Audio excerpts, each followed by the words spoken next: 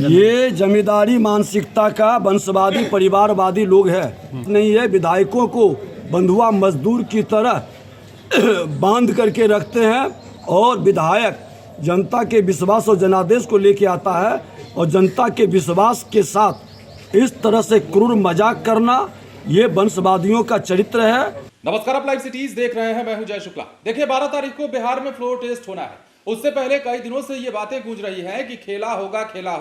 क्या खेला होगा वो तो 12 तारीख को पता चल जाएगा। लेकिन फिलहाल बिहार में सियासत जारी है। अपने अपने विधायकों को नजरबंद किया जा रहा है। किसी को रिसोर्ट में ले जाकर ठहराया जा रहा है तो किसी को आवास में कैद कर लिया जा रहा है। मोबाइल रखवा लिए जा रहे हैं और तमाम सुविधाएं दे करके कहा जा रहा है कि आप तब तक बैठे रहिए जब तक फ्लोर टेस्ट नहीं हो जाता है। यह सब कुछ बिहार में चल रहा है। राजद अपनी तैयारी कर रही है, कांग्रेस अपनी तैयारी में है, तो नीतीश कुमार का फिलहाल एनडीए खेमा जो है वो अपनी तैयारियों में लगा हुआ है। लेकिन इसी बीच आपको पता है कि चूंकि बीजेपी के विधायकों को गया में ठहराया गया है, गया के एक रिसोर्ट में रुकवाया गया है और वहां पर अब जो बीजेपी के नेता हैं वो अपनी रणनीति बना रहे हैं। ऐसे में विष्णुपद मंदिर में पूजा अर्चना करने के बाद बिहार के डिप्टी सीएम विजय सिन्हा ने राजद के विधायकों को नजरबंद किए जाने पर अपनी तीखी प्रतिक्रिया दी है। क्या कह रहे हैं सुनिए। मंगला गौरी का पूजन के साथ बिहार के अंदर बिहार की जनता के लिए पूरी तरह से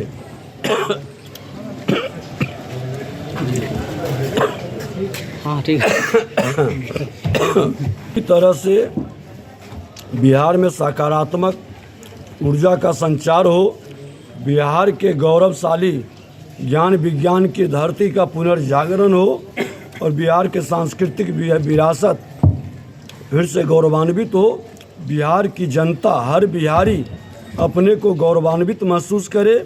जिन लोगों ने अराजकता, जंगल राज और गुंडा राज में तब्दील किया है, ऐसे लोगों की मुक्ति बिहार से मिले। बिहार फिर से हर बिहारी अपने मान सम्मान, स्वाभिमान और गर्व के साथ मिल करके बिहार के सांस्कृतिक विरासत को जो ठहर गई है उसको बढ़ाने में पूरी ताकत से लगे। यही हमने माता से कामना की। बहाली के लिए भी सोशल मीडिया पर ऐलान किया गया है 30,000 बहाली जो है। देखिए, बहाली की प्रक्रिया तो एनडीए सरकार से शुरू हुई है और आगे भी जारी रहेगी। जिन लोग चोर दरवाजे से आकर के सत्ता में अराजकता, अपराध और भ्रष्टाचार स्थापित करने का काम कर रहे थे और बहाली के नाम पर, नियुक्ति के नाम पर वसूली का खेल खेल रहे थे, बिहार के मुख्यमंत्री नीतीश कुमार जी ने उसको बाहर कर दिया।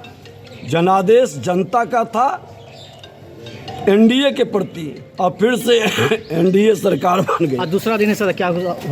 दूसरा दिन बैठक है।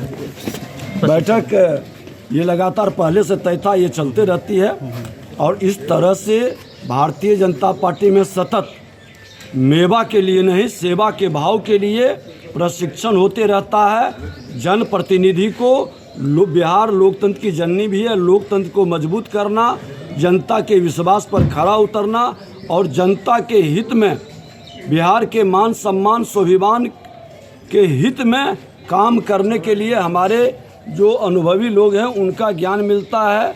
आपस में संवाद होती है, आपस में विचार होता है, जन समस्याओं के समाधान के लिए आपस में गहन गंभीरता के साथ समीक्षा होती है। सभी एमएलए को बंद कर दिए अपने प्रवास पर। ये जमींदारी मानसिकता का वंशवादी परिवारवादी लोग है।